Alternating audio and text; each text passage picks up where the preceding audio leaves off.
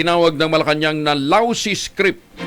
Hindi pang award-winning ang naging paglantad ng 18 nagpakilalang mga dating miyembro ng Philippine Marines na muna naghatid ng mali-maletang pera kay Pangulong Bongbong Marcos. Katulad ng mga naunang pahayag ni dating Ako Bicol Party List Representative Saldico. At naging pahayag din ng unang lumutang na ex-Marines na si Sergeant Gutesa. Okay. So mali daw yung pangit daw yung pagkakasulat ng script. Sa press briefing, sinabi ng Palace Press Officer na si Claire Castro, hindi malinis ang pagkakagawa ng script ng mga ito.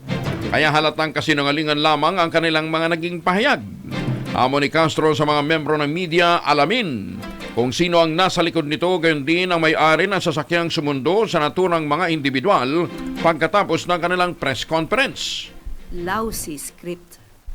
Hindi pang award-winning. Hindi malinis. Alam mo na may kasinungalingan. So, sino ba ang nasa likod nito? Siguro dapat malaman nyo kung sino ba yung may-ari ng sasakyan na siyang sumundo sa kanila matapos ang press briefing or press con nila. So, ulit-ulit na kasinungalingan. Sino po kaya? Sino sa tingin nyo? Dapat nyo siguro malaman kung sino talaga. Alamin nyo muna. At baka kayo, I believe, hindi kayo magugulat. Same people.